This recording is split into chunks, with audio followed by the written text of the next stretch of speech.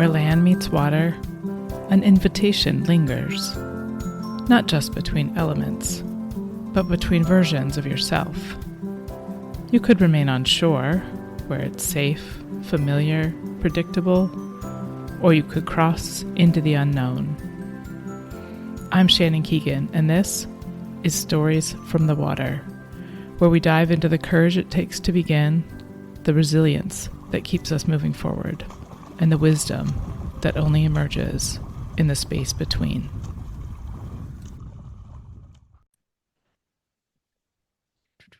All right, I'm here today with Melissa Donaldson, and we, a few episodes ago, had a talk with some of her swimmers, and I wanted to talk to her a little bit more about, well, I guess your experience as well, swimming the Derwent River, but what brought about this idea to I don't know, even your husband, you brought this whole pack of swimmers along for this swim. So tell me everything. Well, it's lovely chatting with you again, Shannon, and thanks for having me on the podcast. So, yeah, trying to think where this idea emanated from. So, there's always been a group of swimmers here in Brisbane that come on camps and have continually wanted to improve their swimming. And there were a few in that group who had started to talk more about marathon swimming and wanting to do more distance. And so I kind of scouted around for what might be a nice swim for them to do and found this swim in Tasmania, which allegedly was going to be a current assisted swim, 15 kilometres down a beautiful river. It sounded like the most ideal swim ever. And so I suggested to one of them in particular that was very interested in this, and she jumped at the idea. And I guess it wasn't long after that that others started to hear about it, and it kind of just became this thing. We suddenly had 7 swimmers who wanted to go and swim in the Derwent and train together as a group, and I guess try and reach their potential as swimmers. So it's pretty exciting to watch it unfold, and it was a very unstructured way that it came together, I guess. Yeah, okay. So you had this idea and then and people just started what clamoring to join in. Like one day they had to put Yeah, their money down, right? So there was a day Yeah, they well, yeah, exactly. So then I was like, okay, so this person's in, and now she started talking to some other people, and they're in. What does this look like? Because I think at that stage we were, I'm going to say 12 or 13 weeks away from the event. Oh wow. So we didn't have a lot of time. And when I thought about the swimmers who'd started to put their hand up and say, yeah, count me in, this is going to be so fun to train as a group, we had swimmers who'd never been in open water. So Mm. they'd done 2 kilometers in a pool to swimmers who, at the most, and I think you know one of these swimmers, had done one 10 kilometer in Greece. And then we had everything in between, including one particular swimmer who, until 4 years ago, he'd never even swum. So he'd kind of, so we had this whole range of people, and now they're all putting their hand up and saying, I want to go and swim the Derwent. I want to do 15 kilometers. So I guess at that point I had to think about, well, what would that look like? And marathon swimming for me as a swimmer is also quite new. And then I'm in this position where I've got these swimmers that are wanting to talk to me about what does it look like to train? What does it look like from a nutrition perspective? So I needed a mentor myself. And so I sought out Tracy Bauman, who's done so much coaching in with marathon swimmers. And I kind of engaged her to be my mentor in how I might coach this group because it was a new experience for me to go from a swimmer to now a coach of a group of swimmers who wanted to embark on, for the majority of them, their first marathon swim. So we kind of kicked that around a little bit and thought that we could do it as a group. And so in the Swim Mastery Studio here in Brisbane, we brought them all together and we would do some technique work and give them individual cues in the studio. And then we designed a program that included both technique sessions in the pool along with some open water training in our local reservoir here. So that's kind of how it all came together. So it was quite a structured approach. Hmm. And the individualization of it came with having them in the studio. We did that on 2 occasions and looking at each of their strokes and identifying what cues would make the biggest difference to each of them as individual swimmers as well as a group of swimmers. Mm-hmm. Were those sessions just like the like one-on-one, or were they there as a group, like kind of? No, they came as a group, and it was. I wasn't quite sure if that would work or not, but there was a lot.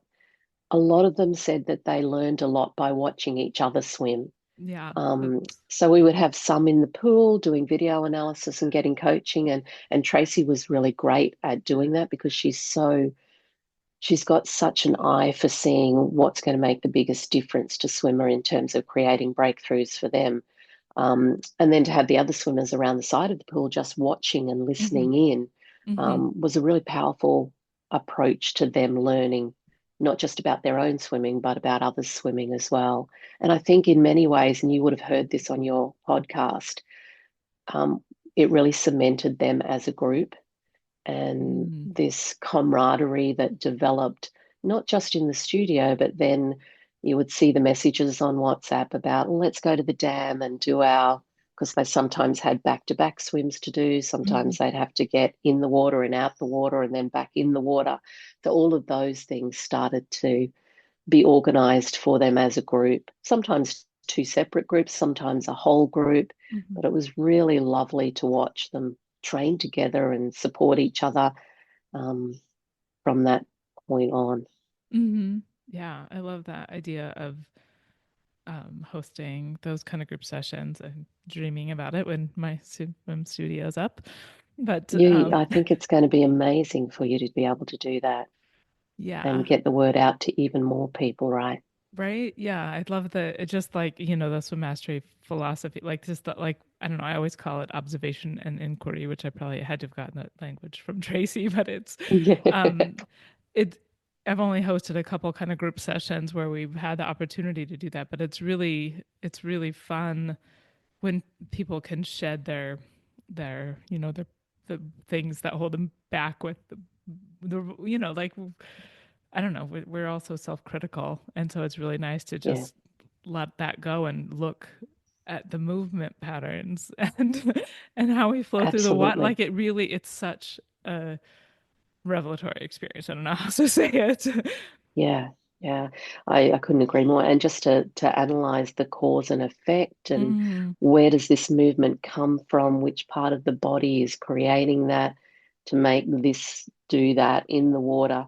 And I think it's a powerful experience for swimmers to have coaching in a group format rather than just one on one all the time. mm-hmm, And for me, my first experience in coaching a group of swimmers, and I learned so much about myself and both my limitations and my strengths, and then also about them as individuals and how they need to be coached as a mm, person as well as coached as a group, and getting that balance right and knowing exactly what works for one may not work for another mm, was immensely powerful from a coaching perspective for me in this mm-hmm. particular situation. And yeah, there's some things I do a little bit differently, given the chance again. And that's what it's about, right? How can we become Absolutely. more masterful with our coaching based on learning what our swimmers' needs are? Mm-hmm. Yeah. Did you have like so in addition, so you're doing these group sessions in the swim studio, and then you've got this pool sessions where they're working on sets and things, right? And that Yeah, was a yeah, couple times a week. How did? yeah. Twice a week they would Mm, go to the pool and do technique sessions. And again, this was a first for me as well because now understanding a little bit more about swim mastery and there's so many ways that we've got to coach swimmers. So the approach was more a metrics based mm, approach to training. Whereas when I'm working one on one with someone in the endless pool or when they're going to kind of a community pool, yes, we do a lot of focus on cues and things like that. But in this 12-week period, I wanted this group of swimmers to explore what's going to be an ideal tempo for them to mm, swim at. And at what point does their stroke break down at various tempos? So we did a lot of tempo, stroke counting, rest intervals, all of the metrics came into play because I wanted them to take some responsibility for how they wanted to swim that race. And in doing that, they then ended up, and it was so interesting for me because we gave them all waterproof notebooks, Hmm. and I would turn up at the community pool and they'd all be there. I've got these photos, and they'd have their little notebooks and they're recording their strokes per length, they're recording their tempos, and they're recording their cues and how they felt after each of the sets. And the sets, some of them were quite challenging because they were having to hold a lot in mind at any one time. And there were some learnings with that as well. But I guess if I kind of fast track that, what we wanted for them was to, at the final session in the studio, to be able to open up their notebooks and look at that and go, in this tempo range, I pretty much can hold my strokes together and my technique together, and that's the range I'm going to operate in when I do this 15K swim. So I'm Mm. able to gear up or gear down, and I know that kind of at this tempo, um, things are going to stay together for me, and I'm going to have an amazing swim, and it's going to feel powerful and strong and relaxed, and I'm going to be energized and all those things. So finding that sweet spot for me was the most interesting part of it all. Yeah, that's great. And then the swimmers mentioned too that sometimes they'd go to open water. So were those Yeah. sessions just how did that work? Yeah, that was pretty much they would take their cues to the open water and they would take tempos that they felt comfortable with. So they weren't quite as structured as some of the pool sessions. So the idea was go and jump in the open water, have three cues. We started kind of 1 hour in open water and we built up to 2 hours in open water on one day, followed by 1 hour on the next. And they were playing around with their cues and their tempo when they did that. But pretty much those open water swimmers, that swimming weekends, they did themselves or in small groups. I didn't go out to those with them.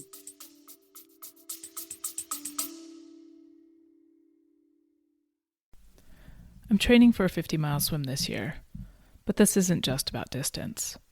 Every stroke teaches me something new about moving efficiently through the water, trust, and resilience. I want to share these lessons with you. Want to explore them together? Join me at the water's edge, my virtual community where everything changes. Hesitation meets courage, comfort meets challenge, potential becomes movement, and individual meets community. Tap the join link in the show notes. And that, I guess, thinking back on the conversation, it sounded like that they really built some really great connections kind of in those Yeah. sessions. Yeah, like early morning swims, late afternoon swims, Yeah. um, supporting each other.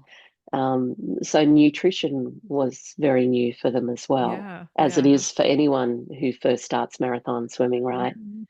And I think for them and for me coaching them, that was probably one of the more challenging parts of it all, because there's people have an idea that they can just eat what they like eating, and when we go marathon swimming, we eat what we like.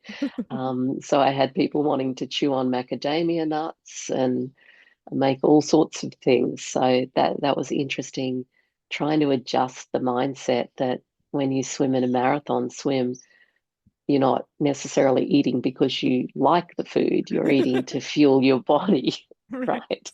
Right. And the fueling of the body isn't always your preferred food. That's what you get when you finish, right?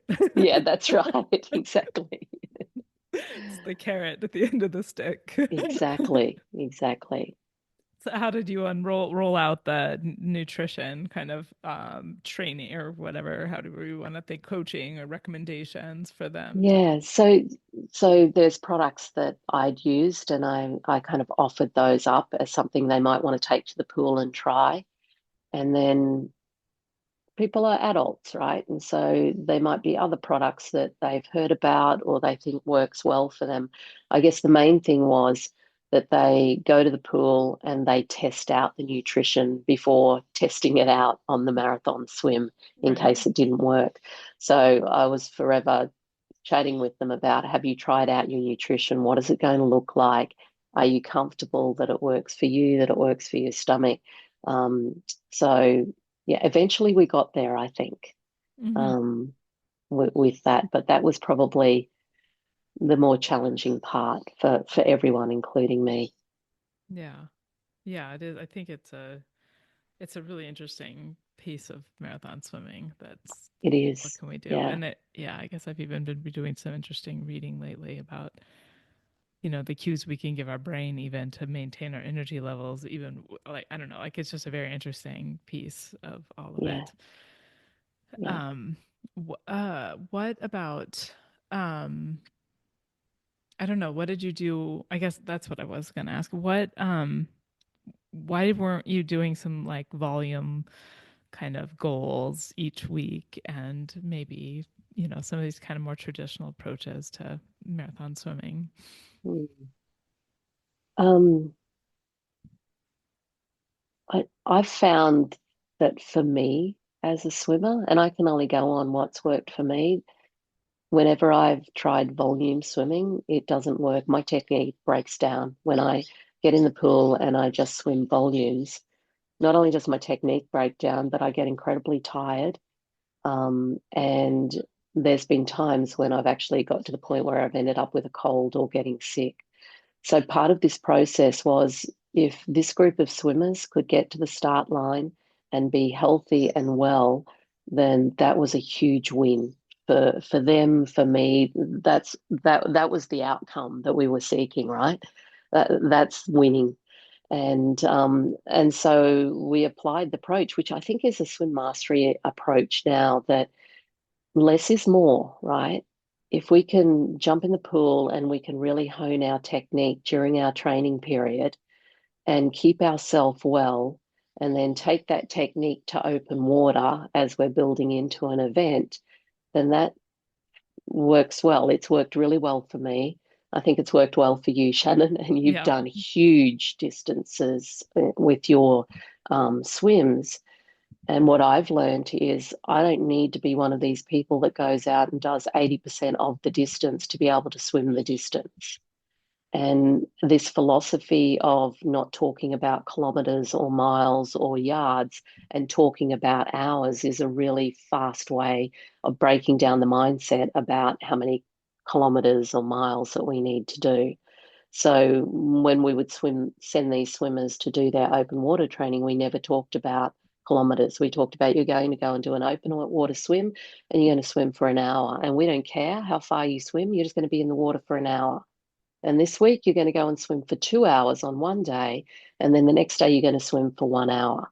And so we were trying to break down this idea that you needed to swim a certain number of kilometers every week because it seems to be better for the swimmer. So all of those swimmers, bar one, and I'll talk to you about her in a moment because that was quite interesting, all turned up to the Derwent. None of them had any illness during their training regime. They were all energized, ready to go, completed the swim in what was, I think, quite challenging conditions. It wasn't the beautiful marathon swim that I'd hoped for them. Um, After about 2 hours, it was a really challenging swim with a lot of chop. And I think the current assistance was cancelled out by the amount of headwind and chop that they were experiencing. And it was interesting for me because I swam that swim as well. And as I was going through these waters and they were getting more and more disturbed, I was kind of using all of my mental energy to calm the waters because I knew the swimmers were coming behind me and it was challenging at the end of this swim. And then there were jellyfish and all those sorts of things. Wow. But unfortunately, my mental telepathy didn't work. And I think it just got more and more wild for that group of swimmers. And so, what we all thought would be probably the maximum length of the swim based on previous swims in that water was kind of around 4.5 hours. or 4 hours. So we'd all prepared for that sort of swim, but we were pushing like 5.5 hours, Wow. 5 hours 40 for a swim like that, which is a long time to be in the water when it's your first ever marathon swim. Yeah. Yeah. So well, it's so much kudos to that group of swimmers. Yeah. Yeah. Yeah. And that we didn't even talk about the cold. What kind of recommendations did you make for them for preparing for chillier than usual waters? Yeah, so there were some things like going for a swim in the open water. So swimming for an hour, getting out for an hour, and not rugging up, and then getting back in the water was one of the things that we could do because our water is quite warm here. The other thing is Jeff and I invested in an ice bath, and we put that Oh. in the studio. So on one of the technique sessions in the studio, the swimmers weren't aware of this. So it was a mindset challenge for them all. We had them all get in the ice bath. Nice. And then they bought their own makeshift ice baths, and they were having ice baths themselves, cold showers. It was like the heat of summer here, so we could do what we could do. And fortunately, the water wasn't quite as cold as we thought it was going to be. So I think it was around 19 Celsius. I don't even know what that is in Fahrenheit for your listeners. 66. Um, yeah, so quite warm by most countries' standards, but for us, a little on the chilly side.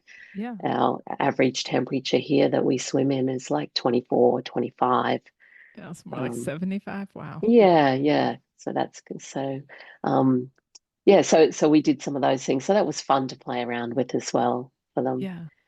And we had one of the participants midway through the training actually broke her ankle and Oh no. sprained the other ankle.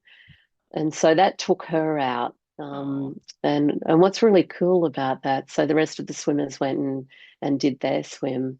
And just last weekend, once her ankle mended, she started her training regime again. And just Okay. last weekend, she did her first 10K swim in a Oh. local reservoir out here. So, so proud of her that she hung in there and kept with the training and did this most amazing 10K swim in a local reservoir just on the weekend. So Yeah. it's really super. They're all through now, and I'm so proud to have had the opportunity to work with them and see them all achieve their goals because ultimately that's what it's about, right? Right. Yeah. And they seemed like they might even do something like this again, which is There, what it's really there all is about, talk. right? There is talk of doing it again. Yes.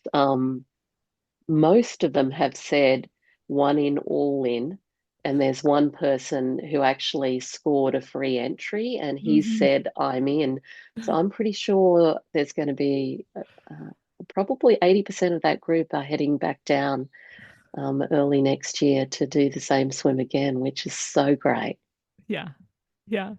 Despite what you had mentioned was challenging conditions. Because I think that's an interesting um, thing that I think sometimes people train for the perfect day, which we don't Hmm. always get. So it's an No. interesting thing.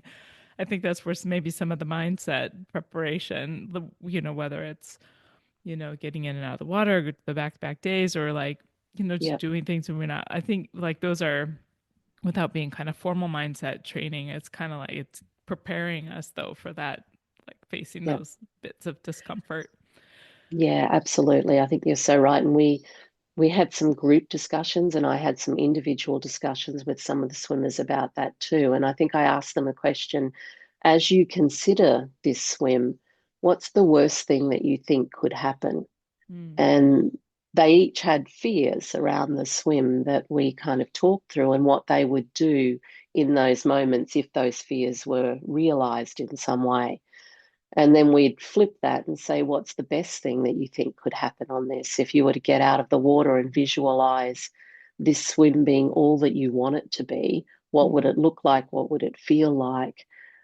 So we had a lot of questions like that we had the swimmers or the group of swimmers thinking about and preparing themselves for in the lead up to the swim, which was Mhm. kind of nice for them to do Yeah. because I think when you do your first marathon swim, and I can speak from my experience, there comes a point during the swim where it's hard, Yeah. where Hmm. your arms hurt, not from pain, but from muscle fatigue. Hmm.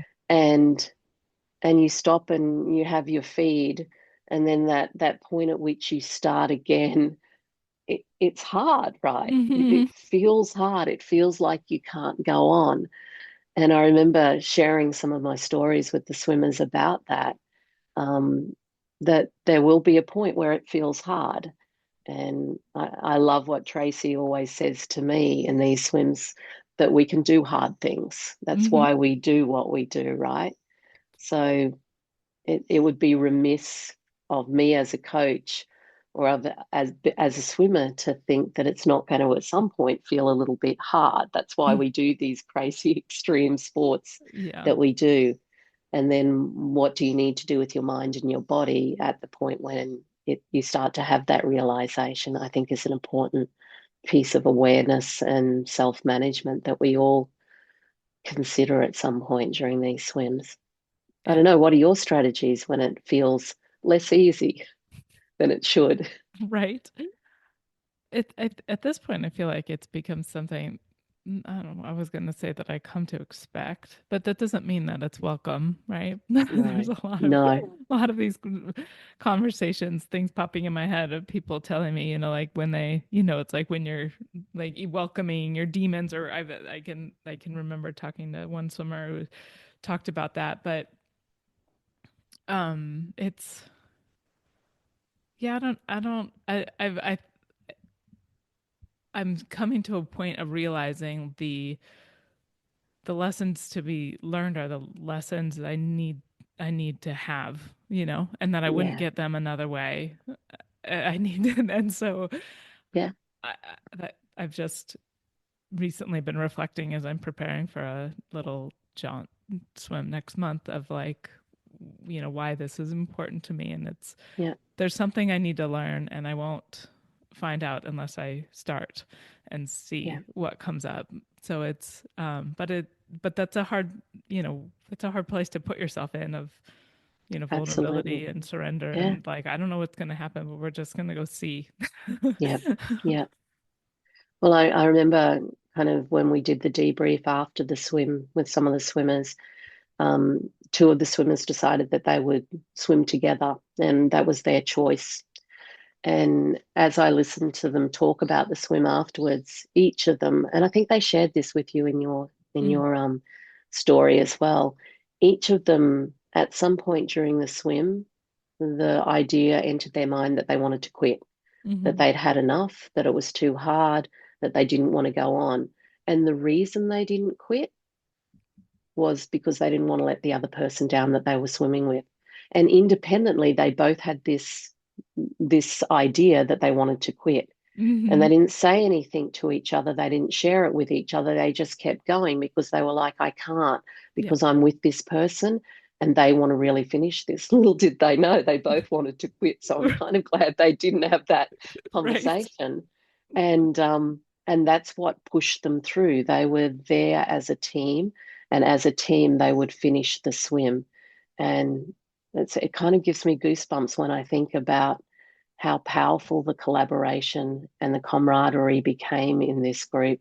And I think even though some people swam by themselves, I think the idea that we were all doing it as a group and we were all going to finish as a group is what really held us together and made people just push that little bit further, go out of their comfort zone Mm-hmm. and explore what that looks like. And I think when I think about that, the swims that I've done, the greatest growth for me has been in the times when I've felt most uncomfortable. Yep. They're the parts of the swim that I remember the most and had the biggest learnings from. That kind of smack of jellyfish that hit you in the face. I remember every moment that that happened on my swims. I Yeah. remember the times where I wanted to get out of the water because I didn't want to go on, and Mm-hmm. what it took for me to turn that around and to keep going on. So yeah, it's kind of I like what you're saying. There's always something to be learned, no matter what the swim, what the distance, what the purpose in doing the swim is. And if we're open to kind of just allowing that learning to unfold as it will during the swim, it inevitably does, right? Yeah. And then I guess my hope is that there's a little muscle we're building in doing that that enables us in our land life that we remember we can do hard things and we Yeah, remember that we can, yeah, I don't know, advocate for, I don't know. My big lesson for me is always advocating for myself and not keeping everything inside. And, yeah, but it's like, yeah, that's my life too. So it's, yeah, yeah, absolutely. it's And become an how interesting work. lucky are we get to experience these swims ourselves, and then we have the gift of being a coach that we can go and like I was in the studio yesterday with someone who's doing their first Olympic triathlon, and she's really afraid of the open water swim and has been in the pool smashing out the kilometers and struggles swimming and not getting anywhere. And to be able to sit with her and understand her motivation and understand her fears and talk to her about another way of training that focuses on the technique, that focuses on building the technique in the water and enjoying the water and finding a place where the water supports you. And by the end of the session, she was saying to me, I really feel now that this water will support me. I feel like I'm moving through it, not Mm, that it's moving all around me. mm-hmm. Always struck by that, that we have the ability to share this amazing way of coaching swimmers that's so different to what they've thought that it could be. Yeah. And I'll be forever grateful, I think, to Swim Mastery for not only teaching me that, but for now allowing me to be a coach and impart kind of that wisdom. And it is a wisdom to other swimmers. Yeah. And it's almost like opening this door that they've never peeked through before. And when they peek through, they go from the swimming leg is the worst part of my event Right. to Yeah. I love swimming more than any of my other kind of more than the running, more than the cycling, more than the anything. And I think that's what fills me up more and more now doing this sort of work. Yeah. Yeah. It's such a gift. I want to touch on so the technique sessions that you were doing with this group. Were you doing them throughout the like multiple times? Because I think some people think they just need to get their technique checked like once a year or something like that. So the group sessions, we did two of those in the 12-week period, Mm. and they were 2 hours each. Wow. So we did one to kind of kick things off and see Mm. where they're at. So it's Hmm. at a point in time. And then the last one we did was probably I'm going to say 3 weeks before the event that they Mm. went to. And the purpose of that one was see where they're at, let them have a look at the data they've been gathering, let them try and work out what their sweet spot is, and then give them three cues, three things that they're going to focus on to take to the swim that they did in the Derwent. And that would be their go-to cues whenever they felt like it was getting too hard or too much or something was breaking down in their technique. And so that's how we structured those. And then we had a WhatsApp group, so we'd have conversations both as a group, and then also I would have conversations individually with people through that. Yeah. Um, what's your general recommendation to swimmers? Like how often they should get their technique kind of peeked or looked at or checked, or does it depend where you Yeah, are? yeah.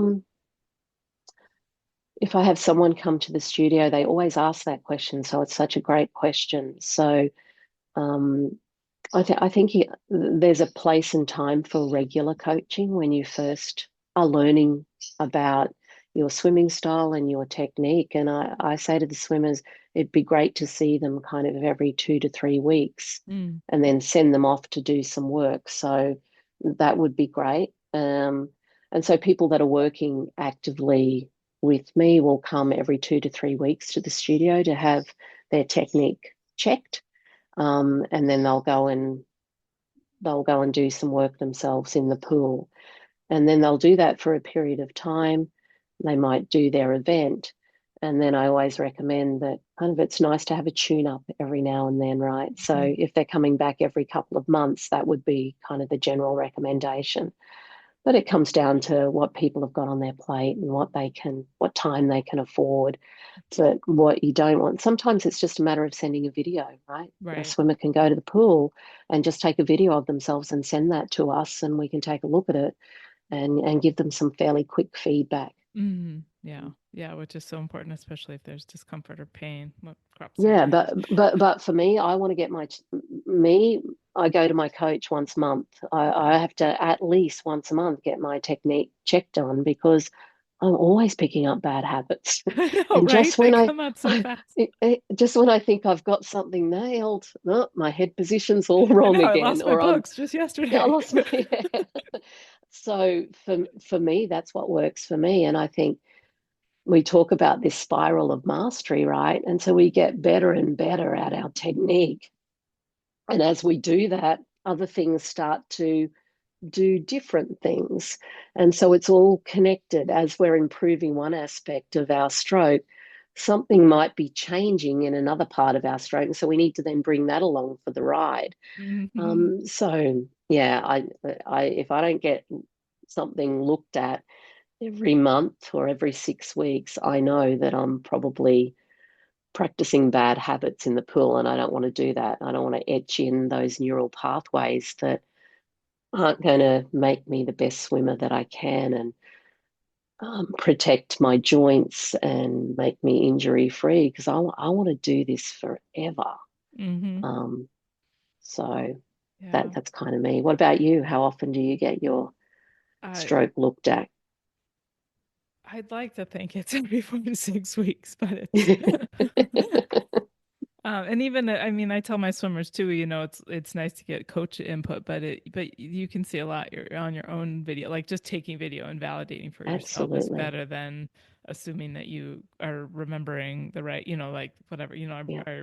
what we feel in the water is can be deceptive, and the clock also isn't a great gauge. So, Yeah. um, We don't use any time-based metrics in our swims. I'm coaching a group of swimmers at the moment just as part of it's called a squad, but it's not a typical squad. We're doing a lot of technique work and we don't follow clock-based pace timing at all. So yeah, it's a different kind of mindset the way we're coaching now, right, Shannon? yeah, yeah. Yeah, it's people still get tired though, right? They're still using their brains and A lot. Yeah. mm, And you think about it, they're thinking about cues, they're counting their strokes, and they're listening to a tempo trainer, like mm, a metronome with a beep. That takes a lot to be able to do that. yeah. And it doesn't happen straight away. It takes some time to train your attention to be able to do that, to then know what you might need to do with your stroke Hmm. at a given point in time. So yeah, it's interesting to watch the way people learn and that not everyone learns in the same way or at the same pace, and that's okay.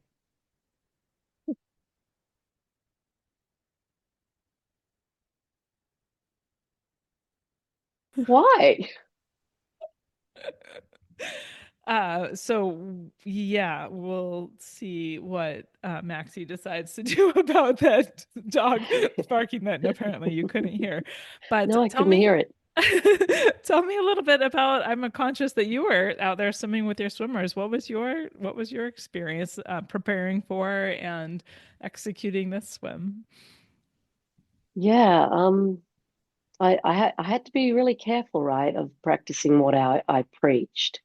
And there were some things that I tried this time that I hadn't tried before just to see what would happen. And um, a lot of the training that I was doing, because obviously Tracy was coaching me, I'm just going to do this for my apologies. My throat's a little bit raspy this morning. Um, a lot of my training this time was more mindset training. Um, so really training my mind for what it would be like to swim in water that's less warm than what I'm used to. So I didn't use a wetsuit, whereas some of the other swimmers chose to use a wetsuit for that swim. I didn't really do all the things that I was telling the other swimmers to do, if I can be really honest, because it was a bit of a test for me. Mm. And a safe test because I've obviously been swimming a lot over the last 2 years and longer distances. So I just wanted to see what my mind was capable of during a swim like this. Mm-hmm. So I did mainly my technique sessions. I did a little bit of open water work, but not too much.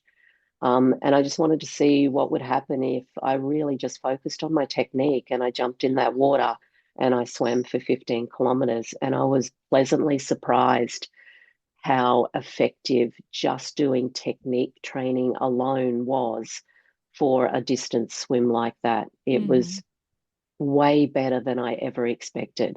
I Mm-hmm. thought I might break down at some point during the swim. Um, I thought that I might not be able to maintain my focus for the length of the swim. And that swim, I didn't for probably the first half of that swim, I didn't have a support kayak with me. I was kind of just dragging. We had tow floats. We have to Mm-hmm. for that swim. So I was kind of dragging my own food and being very self-sufficient in a swim like that. And it was really nice to be able to swim in that way. And then later on in the latter part of the event, then I had a support person come and pass me my feed. So that was really nice as well.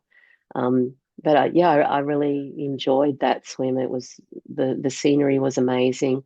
For me, it was my first marathon swim in fresh water. It was Mm. mainly fresh water. It got a little bit briny towards the end as we got close to the mouth of the river. So it was a beautifully stunning swim with beautiful trees, and yeah, I really loved it. I think I'd like to do more swimming in more remote locations as a result of having done that swim. Hmm. That's a nice little avenue that it opened up for you that Sure maybe you did. didn't expect. I didn't expect it, not at all. Yeah, I think I'm often coming to you, Shannon, and asking for advice about freshwater swimming because it's not something I do very much at all. So, I think my son's doing a book report on the ocean. And 97% of the Earth's water is the ocean, so there's not very yeah, many percentage apparently of no, fresh water there's out there. wow, that's a big percentage. Yeah, I don't quite know that. Anyway, Yeah, that little tidbit. We've been doing ocean yeah, research for Earth Month here yeah, in America. yeah. But so great, right? Yeah. To then celebrate that swim with the swimmers having done it as well, right? Yeah, that's so I could cool. go, yeah, I know what it was like in the latter part of Hmm. that swim. I know Yeah. what you were feeling. I know that it felt like we were never going to finish it. I know what those jellyfish looked like and how big Hmm. they were. Yeah. I know. So it gave me such a level of empathy for what they were saying and how they were feeling at the end of that swim. And then to go to the venue afterwards and sit back with a beer with all of them and just debrief and have something to eat about the swim and their accomplishments was unbelievable. It was such a privilege. Yeah, that sounds like a really great experience. I'm so glad that you were able to enable such a lovely group. As I was lucky enough to Yeah, meet some of them when we were in Greece a few years ago, but it was so neat to be able to extend that opportunity to get some life lessons from the water and yeah, enable some absolutely, others Shannon. to get You that too. you want to be careful because I've got these ideas of maybe bringing this group over your way at some point All right. and I'm following ready. you around in some of the beautiful waterways over in the US. Yeah, I'm ready. You just tell me when. Okay. Okay, I'll Thanks, take you up on Melissa. that. Thank you for being so encouraging to this group and to me and allowing us all to share our stories. And I hope that at some level, for someone, one of your listeners out there, there's some piece of information that helps them achieve whatever goal they're hoping to achieve from the water as well. Yeah, thank you for that, Melissa. I hope you enjoyed today's episode. If you were inspired by even just a moment of this story, please share it with a friend. You never know what might push someone out of their comfort zone so that they can find out what they're capable of. And please leave a review with your podcast provider. It truly helps others discover the raw and honest stories of these amazing endurance swimmers. Thanks for listening.